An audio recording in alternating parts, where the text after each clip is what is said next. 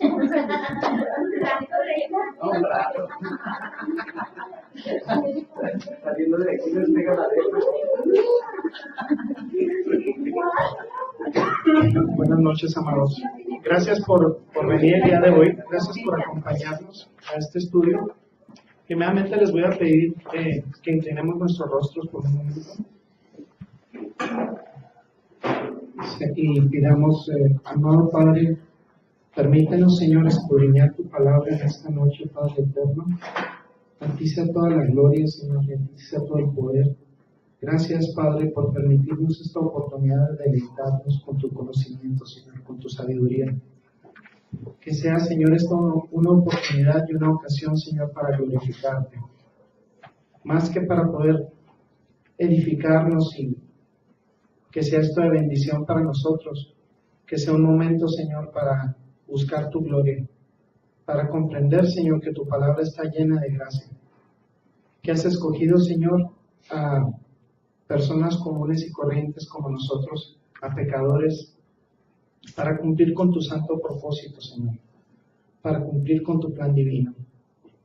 Gracias, Padre, por este mensaje que vas a darnos, Señor, que vas a poner en nuestros corazones.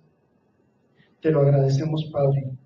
Te lo agradecemos en el nombre que es sobre todo un nombre, el nombre glorioso de Cristo Jesús. Amén. Amén. Amados, hoy les voy a compartir la primera parte de un estudio que se denomina el nacimiento virginal de Jesús. La semana pasada ya nos dimos a la tarea de empezar el libro de Mateo con la genealogía de Jesucristo. Analizamos el capítulo 1, versículos 1 al 17. En esta ocasión vamos a concentrarnos en lo que es el capítulo 1 de Mateo, versículos 18 al 25. Primeramente, es indispensable considerar y es indispensable tener en cuenta que Jesucristo tiene un origen divino. En la sesión anterior nos dimos a la tarea de analizar la genealogía de Jesucristo desde una perspectiva humana. Primeramente vimos el aspecto del linaje real de Jesucristo y vimos también el linaje de sangre por parte de Jesucristo. Esta vez nos vamos a abocar al origen divino que también tiene su explicación en el libro de Mateo. Dice Mateo en el capítulo 1, versículos 18 al 20, dice: el nacimiento de Jesucristo fue así. Estando desposada María su madre con José, antes de que se juntasen, se halló que había concebido del Espíritu Santo. José su marido, como era justo y no quería infamarla, quiso dejarla secretamente. Y pensando él en esto, he aquí un ángel del Señor le apareció en sueños y le dijo: José, hijo de David, no temas recibir a María tu mujer, porque lo que en ella es engendrado del Espíritu Santo es. Dicen los versículos del 21 al 25, dice: y dará a luz un hijo, y llamará su nombre Jesús, porque él salvará a su pueblo de sus pecados. Todo esto aconteció para que se cumpliese lo dicho por el Señor por medio del profeta cuando dijo: he aquí una virgen concebirá y dará a luz un hijo y llamará su nombre Emmanuel, que traducido es Dios con nosotros. Y despertando José del sueño, hizo como el ángel del Señor le había mandado y recibió a su mujer, pero no la conoció hasta que dio a luz a su hijo primogénito y le puso por nombre Jesús.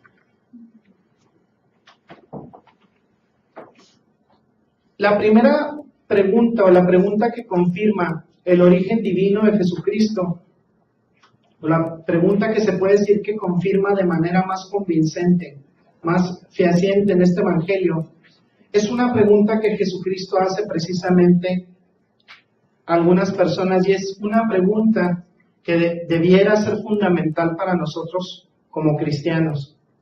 Una pregunta que fundamenta nuestra fe, y es la pregunta: ¿qué pensamos nosotros de Cristo? ¿Qué pensamos de Jesucristo? ¿De quién es hijo? Y esta es una pregunta que se responde primeramente, ya lo vimos la semana pasada, desde la perspectiva del linaje, desde la perspectiva humana. Y aquí en este libro también se responde la pregunta desde una perspectiva divina. En el capítulo 22 de Mateo, en el versículo 42, Jesús les hace esta pregunta, diciendo, ¿qué pensáis del Cristo? ¿De quién es hijo? Esta es la pregunta fundamental que tenemos como creyentes. Esta pregunta nos diferencia muchas veces de la visión que tiene el mundo del Evangelio, de la visión que tiene el mundo de Jesucristo. Ahorita, como ya se los había mencionado en ocasiones anteriores, hay un debate, y especialmente por esta película que se va a estrenar muy pronto, este mismo viernes, que se llama Dios no está muerto. Hay un debate muy fuerte de repente en redes sociales y a nivel de internet sobre si crees en Dios, si no crees en Dios. Desde mi perspectiva, yo creo que ese es un debate ya muy gastado. Debemos centrarnos, nuestro evangelio tiene que ser centrado desde una perspectiva de Jesucristo. Es un evangelio cristocéntrico. Y es una pregunta fundamental para nosotros como cristianos. ¿Qué pensamos de Cristo? Muchos estamos dispuestos a aceptar que es del linaje de David. Muchos estamos dispuestos a aceptar que es un profeta, que era un gran maestro, que tenía enseñanzas que tienen validez a nivel universal, que de alguna manera nos provoca a pensar en valores universales como el amor, como la paz, como la armonía. Pero nos hace salir de nuestra zona de confort como seres humanos el hecho de pensar en que Jesucristo es el Mesías encarnado, que tiene 100% deidad y que a la vez es 100% humano. Nos saca de nuestra zona de confort porque Jesucristo precisamente vino a denunciar muchas de las prácticas religiosas que podemos ver incluso ahorita, en la actualidad. Mucha de nuestra religiosidad, mucho de nuestros ritos, que en esa época expuso y que en esa época atacó nuestro Señor por ser contrarios precisamente a la creencia general y a las profecías expresadas en el Antiguo Testamento. Ahorita también nos confronta y nos confronta con una realidad como creyentes.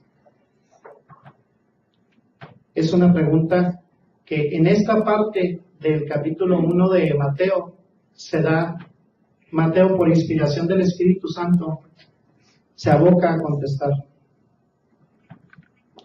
Tenemos una realidad muy triste y es una realidad que también nos confronta como creyentes, como cristianos. La revista Redbook, una revista estadounidense, en el año 2001, realizó una encuesta entre estudiantes de seminarios protestantes en Estados Unidos hace 13 años.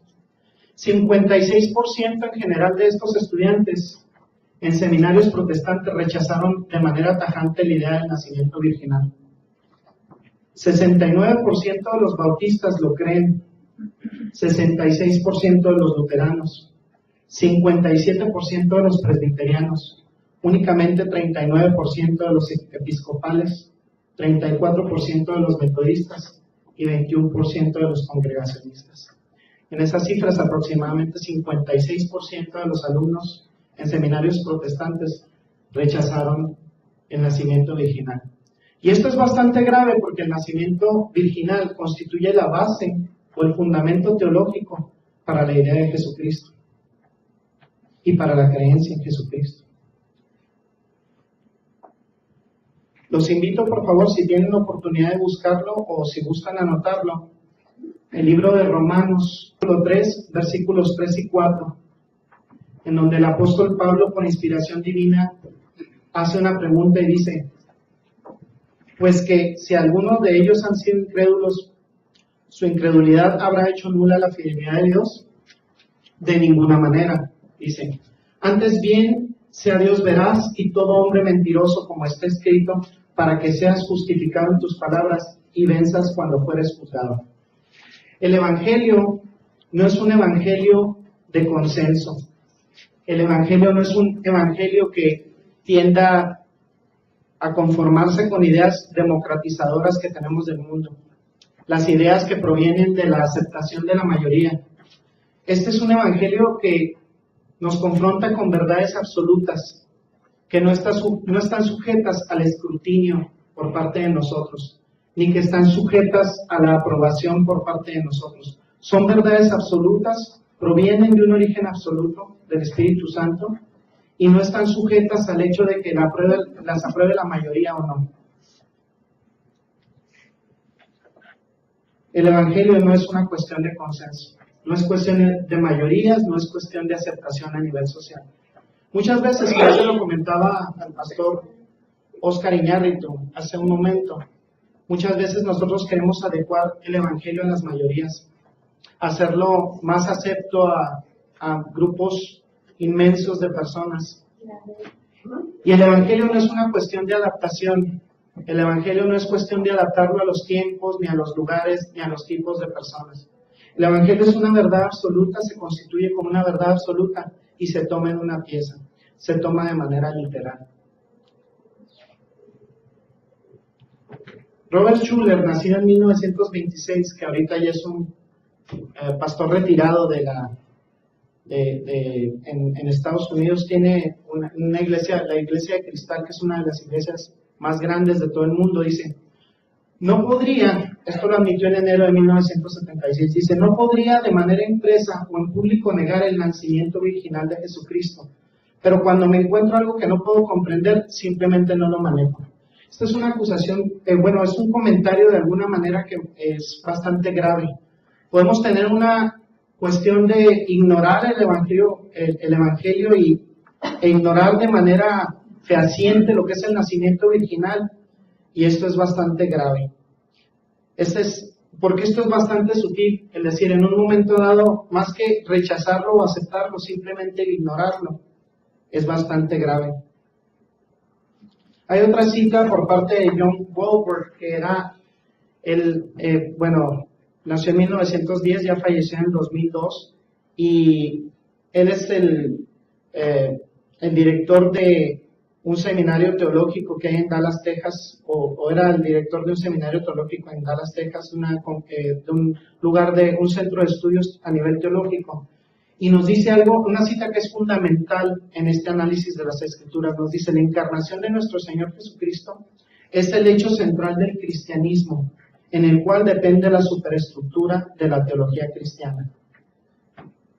El negar en un momento dado el nacimiento virginal de Jesús es negar parte de todo lo que viene con un paquete de divinidad. La deidad de Jesucristo no se puede apartar de estas cuatro verdades fundamentales. Primeramente, el nacimiento virginal, la muerte sustituta, la resurrección y la segunda venida. No se puede rechazar uno y aceptar los otros, o no se pueden rechazar dos y aceptar dos. Viene como un paquete total de divinidad.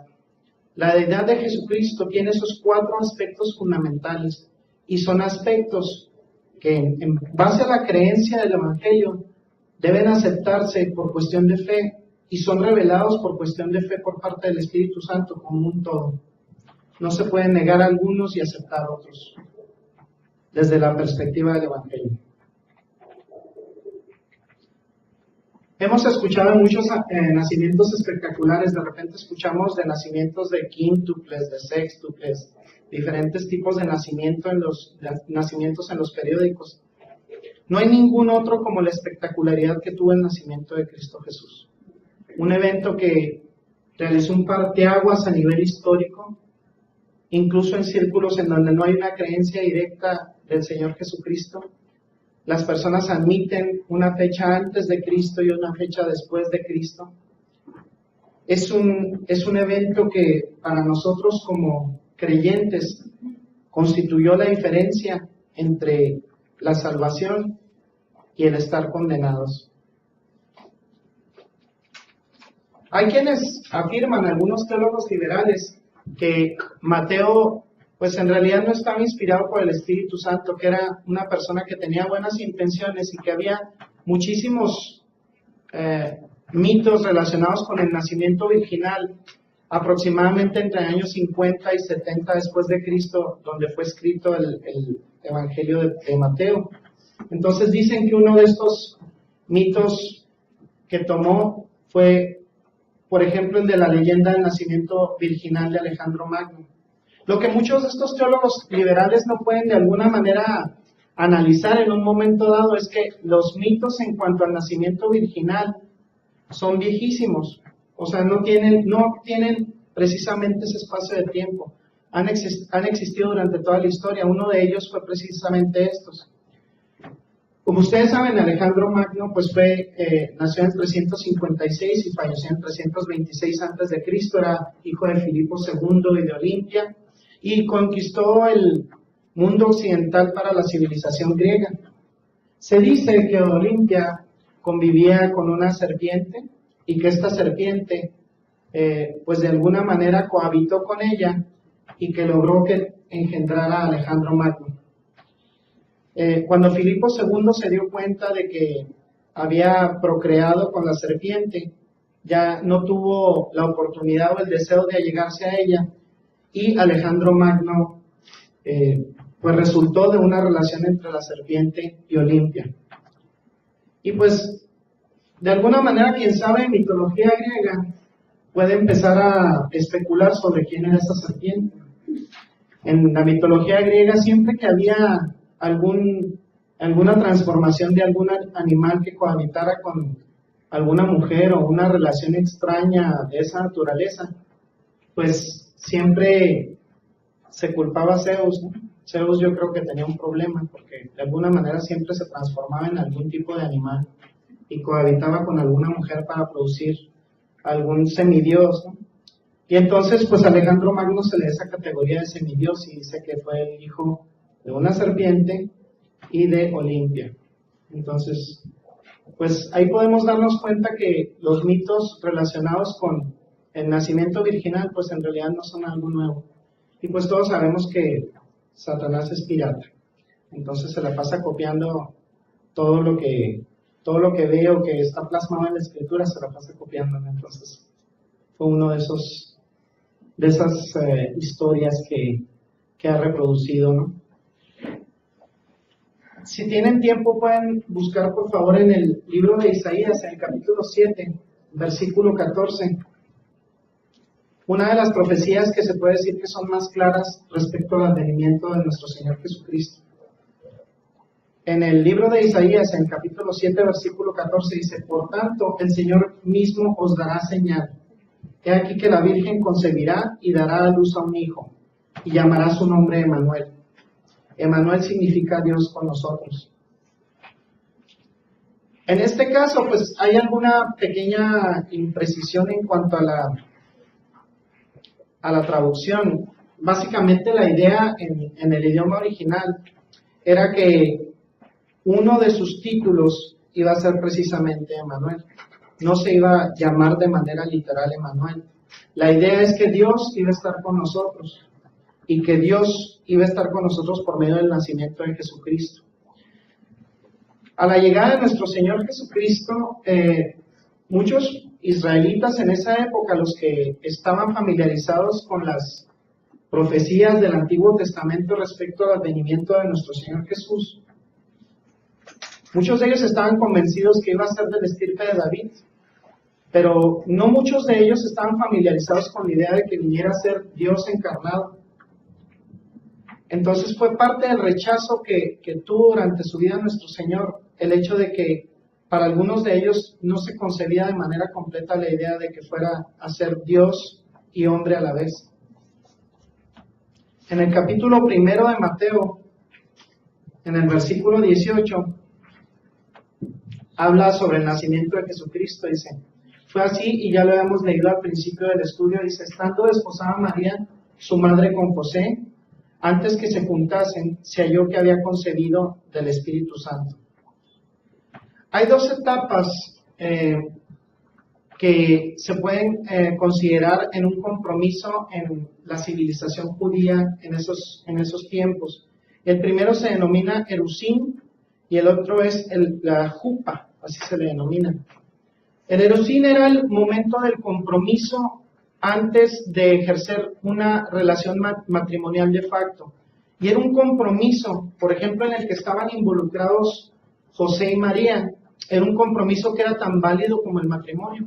Era un periodo aproximadamente entre 6 meses y 1 año que era un periodo para hacer análisis en el Erusín, en la parte del Erusín, que era lo que se entendía en ese entonces como compromiso. No existía la cuestión del noviazgo.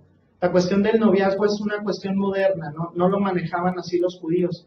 Tenía tanta validez como el matrimonio y era un periodo para hacer un análisis de la fidelidad por parte del hombre o de la mujer, y se daba una especie de dote en donde muchas veces, pues bueno, por el intercambio de una mujer, a lo mejor se daba como dote, no sé,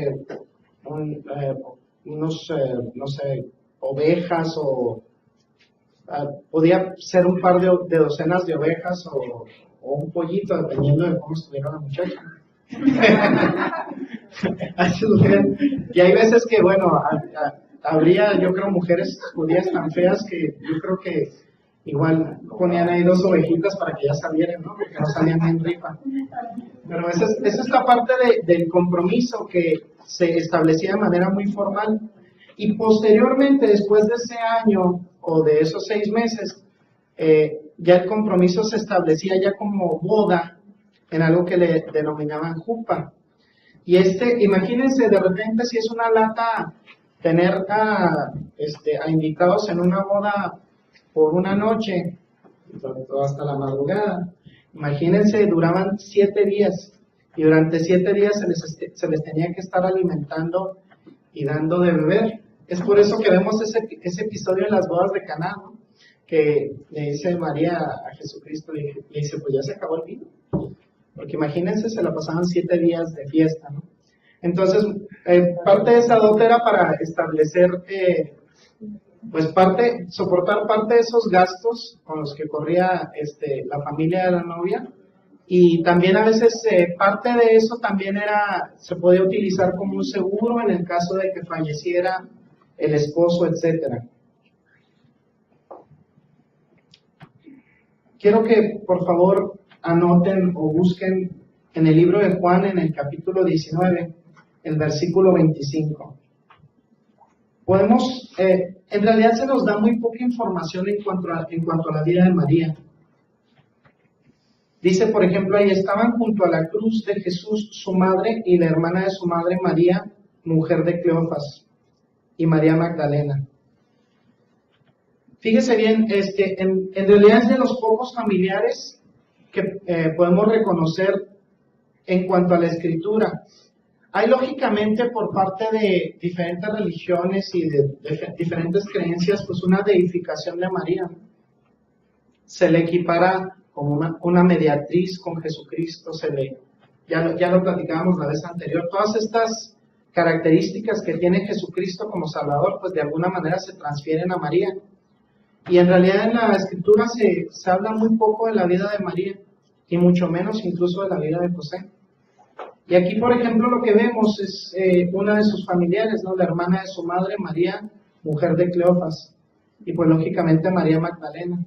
Entonces, vemos que de alguna manera no se hace mucho énfasis geográfico en María, pero actualmente pues hay corrientes religiosas que la deifican. Hay de cualquier manera elementos, a pesar de que son muy pocos, que nos pueden reflejar esa naturaleza y esa personalidad de María. En el capítulo 1 de Lucas, en el versículo 36, dice, y aquí tu pariente Elizabeth, ella también ha concebido hijo en su vejez, y este es el 6º mes para ella, la que llamaban estéril. Juan el Bautista llevaba una diferencia con nuestro Señor Jesucristo de 6 meses. Y es toda una plataforma de anuncio por parte de Dios para que se pudieran dar las buenas nuevas de que se avecinaba la llegada del Mesías. Y vemos el primer milagro efectuado antes del nacimiento de nuestro Señor Jesucristo en el hecho de que Elizabeth haya concebido. A ella la llamaban estéril. Entonces ahí tienen la prueba de un milagro que de alguna manera 6 meses antes del nacimiento de nuestro Señor Jesucristo se puede ver representado en la Biblia. No hace Mateo de alguna manera un registro de esto, pero sí lo podemos ver en Lucas. Hay personas que de alguna manera cuestionan la naturaleza virginal de María al concebir a nuestro Señor Jesucristo. Especialmente entre los judíos hay esta, pues se puede decir esta polémica de qué palabras se estaba utilizando en Isaías, si era una palabra que verdaderamente en Isaías 7:14 el que vimos, si verdaderamente se refería a una virgen o si no se refería a una virgen. Tanto en los libros de Mateo como en el libro de Lucas se da cuenta muy clara de la naturaleza virginal de María al concebir a Jesucristo. Dice en Lucas capítulo 1 ahí mismo, en los versículos 34 y 35, dice: entonces María dijo al ángel, ella misma está revelando que es virgen. Le dijo al ángel, ¿cómo será esto? Pues no conozco varón. Ya se le había hecho la anunciación del nacimiento de nuestro Señor Jesucristo, el próximo nacimiento de nuestro Señor Jesucristo. Y ella dice, ¿cómo será esto? Pues no conozco varón. Ella misma está revelando su naturaleza virginal. Y le respondió el ángel, le dijo, el Espíritu Santo vendrá sobre ti y el poder del Altísimo te cubrirá con su sombra. Por lo cual también el santo ser que nacerá será llamado Hijo de Dios. En la primera parte de Mateo, en el capítulo 1, versículos 1 al 17, vemos el registro de la genealogía de Jesucristo desde su perspectiva humana. Y aquí vemos también en Lucas, en el capítulo 1, la naturaleza divina de esa anunciación. El hecho de que también, además de ser hijo de hombre, a la vez va a ser llamado Hijo de Dios. Y no hijo de hombre porque sea hijo de Juan, porque ya vimos que la palabra de Dios es muy cuidadosa en nunca llamar a Jesucristo hijo de José, sino porque se expresa la genealogía desde Adán, desde Abraham, desde David, y proviene también de una genealogía humana y a la vez es hijo de Dios. Tiene esa naturaleza humana y naturaleza divina. Otra de las cosas que podemos observar en la Escritura es el carácter piadoso de María. En ese capítulo 1, versículo 38, si gustan anotarlo o buscarlo, dice, entonces María dijo, he aquí la sierva del Señor, hágase conmigo conforme a tu palabra. Ahí nos expresa primeramente que María era una mujer ¿de qué? Una mujer de fe. A lo mejor si a alguna mujer en esta época le pasara algo parecido, pues ¿qué le podría decir a la persona con la que está comprometida? Oye, ¿sabes qué?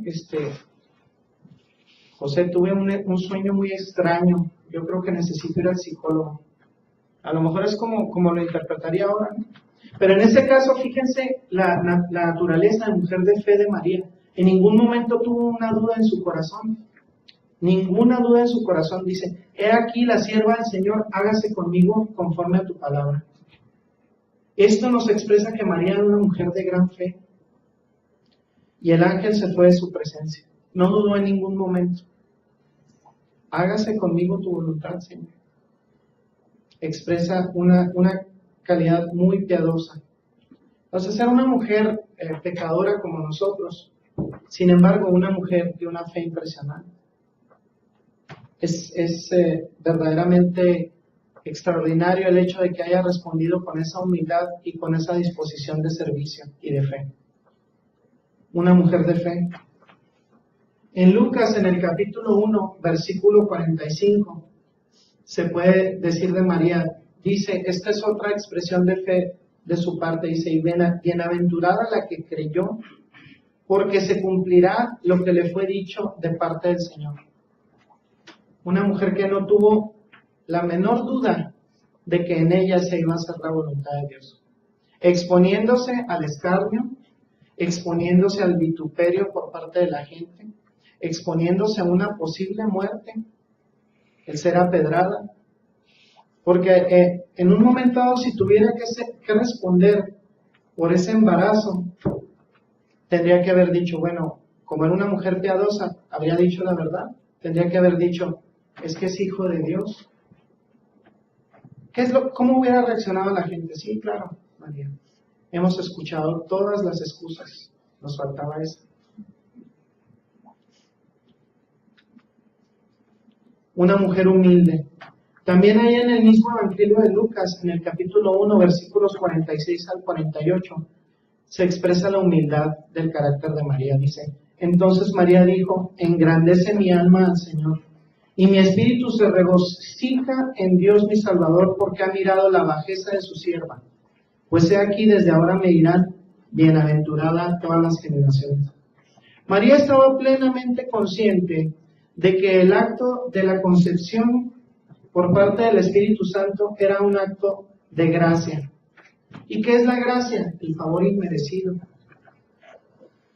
Esta deificación que tenemos en nuestros días de María no es justificada porque la gracia es un favor inmerecido. Nuestra salvación es provista por gracia. Es un favor que no merecemos. Somos pecadores y provenimos de una naturaleza pecaminosa y caída. Y a pesar de eso, Jesucristo nos ha brindado salvación por gracia. Y esa gracia fue manifestada en María al momento de hacerse la anunciación. Dice, mi espíritu se regocija en Dios mi Salvador. Grande fe y grande humildad también. José, por su parte, en ese periodo de confusión, lógicamente se viene una confusión a su mente y a su corazón, porque estaba en un periodo de compromiso. Se le denomina ahí desposada, pero verdaderamente en el lenguaje original es un periodo de compromiso. No habían tenido contacto físico. Ese periodo que yo les comento era un periodo en donde no se socializaba mucho ni se tenía la relación de noviazgo como la entendemos en nuestros días. Entonces José cae en un predicamento. Viene ahí en Mateo, en lo que leímos al comienzo del estudio, en el capítulo 1, versículos 18 y 19, dice, el nacimiento de Jesucristo fue así, estando desposada María su madre con José, antes que se juntasen, se halló que había concebido del Espíritu Santo. José, su marido, como era justo y no quería infamarla, quiso dejarla secretamente. De acuerdo a Deuteronomio, y ya lo vamos a analizar un poquito más en nuestra próxima sesión, de acuerdo al libro de Deuteronomio, ella podía haber sido castigada y podía haber sido apedreada. Sin embargo, José, de acuerdo a la laxitud que se tenía por parte de las disposiciones del Antiguo Testamento en esa época, tenía también otras opciones. Podía haber efectuado en un tribunal la acusación de que había resultado embarazada y que no era virgen, y la podía haber hecho escarnio público de ella. Podía también haberle dado una carta de divorcio y dejarla ir con el niño. Tenía esas opciones también José. Y en su corazón seguramente tenía una gran aflicción por todo este tipo de circunstancias que ocurrían. No se nos explica en la palabra de Dios cuánto tiempo tenían de conocerse Jesús y María. Seguramente se amaban mucho y nosotros nos sentiríamos a lo mejor muy traicionados si hubiéramos tenido la circunstancia que tuvo José. ¿Qué me habla de José? ¿Qué me dice la palabra de Dios de José con esos pequeños versículos? Me dice que José era un hombre de Dios, que era un hombre que respetaba la ley y podía haberla hecho cumplir, pero me dice también que José tenía un lado de misericordia, que José dentro de todo le dolía en su corazón el hecho de poder tener la posibilidad de hacer escarnio público a María, y que estaba verdaderamente confundido, estaba en un predicamento antes de la anunciación por parte del ángel, antes de haber tenido esa visión angelical. Amados, yo en este momento los voy a dejar con esto. Fíjense bien, ¿Qué nos dice el libro de Deuteronomio respecto a esto? Fíjense bien. La idea del compromiso entre los judíos. Deuteronomio, en su capítulo 20, si buscan anotarlo, versículo 7, o si tienen la oportunidad de buscarlo. ¿Y quién se ha desposado con mujer y no la ha tomado? Vaya y vuelva hacia su casa, no sea que muera en batalla y alguno otro la tome. Ahí de alguna manera vemos cómo primeramente se le daba la calidad sagrada a ese momento de compromiso. Se le daba una importancia y se le daba una relevancia como que fuera matrimonio. Porque de alguna manera la palabra desposado no está bien traducida porque es un periodo como de compromiso del que estábamos hablando. Fíjese en Deuteronomio la categoría que tiene este compromiso y la seriedad. Era tan válido como el matrimonio.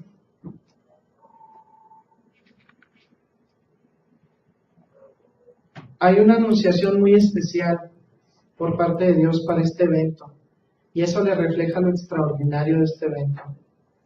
Dice en Lucas, en el capítulo 1 del versículo 26, dice: al sexto mes, el ángel Gabriel fue enviado por Dios a una ciudad de Galilea llamada Nazaret. No fue cualquier ángel. Uno de los ángeles más importantes de Dios fue enviado directamente para hacer el anuncio. Porque este evento, sin duda, fue el evento más relevante, más extraordinario de la historia de la humanidad. Tenía que ser anunciado por un emisario de alta categoría en el cielo, por alguien de gran jerarquía, como el ángel Gabriel. Y se hizo la anunciación a María. En el capítulo 1 de Lucas, versículos 27 al 29, dice: a una virgen desposada con un varón que se llamaba José, de la casa de David, y el nombre de la virgen era María. Y entrando el ángel en donde ella estaba, dijo: salve, muy favorecida, el Señor es contigo, bendita tú entre las mujeres. Mas ella, cuando le vio, se turbó por sus palabras y pensaba: ¿qué salutación sería esta? Qué confusión ha de haber tenido María al ver este ángel de tal importancia, decirle salve muy favorecida, haber pensado: ¿qué clase de saludo es este? Yo solo soy una simple mujer de un lugar pequeño, de un pueblito. ¿Qué clase de saludo es este?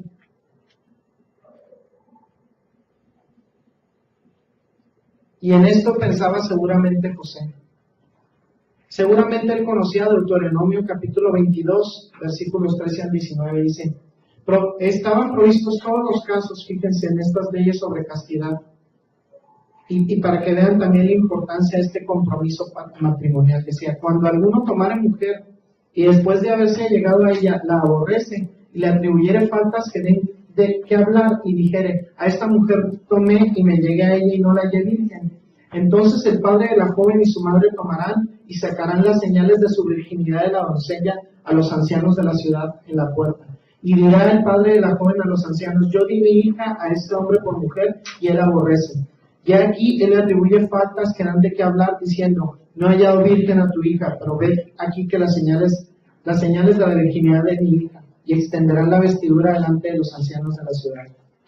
Entonces los ancianos de la ciudad tomarán al hombre y lo castigarán, y lo multarán en 100 piezas de plata, los cuales darán al padre de la joven por cuanto esparció mala fama sobre una virgen de Israel, y la tendrá por mujer y no podrá despedirla en todos sus días.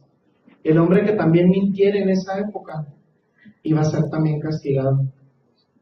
Y él seguramente conocía Deuteronomio 22, versículo 21, dice: entonces la sacarán a la puerta de la casa del padre y la apedrearán los hombres de la ciudad y morirán, por cuanto hizo vileza en Israel fornicando en casa de su padre. Así quitarás el mal de en medio de ti. Dios mira con mucho recelo la pureza de los hijos de Dios. Y esas leyes eran promulgadas en el pueblo de Israel para evitar el mal, para que no empezaran a mezclarse con los pueblos paganos, que organizaban orgías y que veían con desdén la idea de la virginidad y la pureza. Tenía ahí entonces José la posibilidad de hacer esto y de exponer a María públicamente. Amados, yo les quiero dejar esto en su corazón para este estudio. La idea de la pureza, la idea de la misericordia que encontramos en José, la idea de que abunda la gracia en el libro de Mateo. Y abunda la gracia en este capítulo porque tomó a dos personas de lo más ordinarias, con las mejores características para que dieran un hogar de sagrada familia a nuestro Señor Jesucristo. Tan grande es la gracia de Dios, que aun siendo personas ordinarias, permite que por parte de su plan divino nos encontremos en situaciones extraordinarias.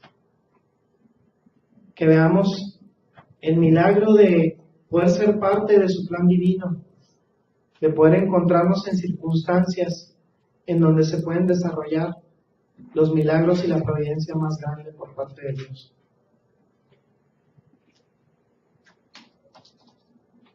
Inclinemos por favor nuestros rostros por un momento. Gracias, Padre, por haber permitido que fluyera esta palabra, Señor, de tu Sagrada Escritura.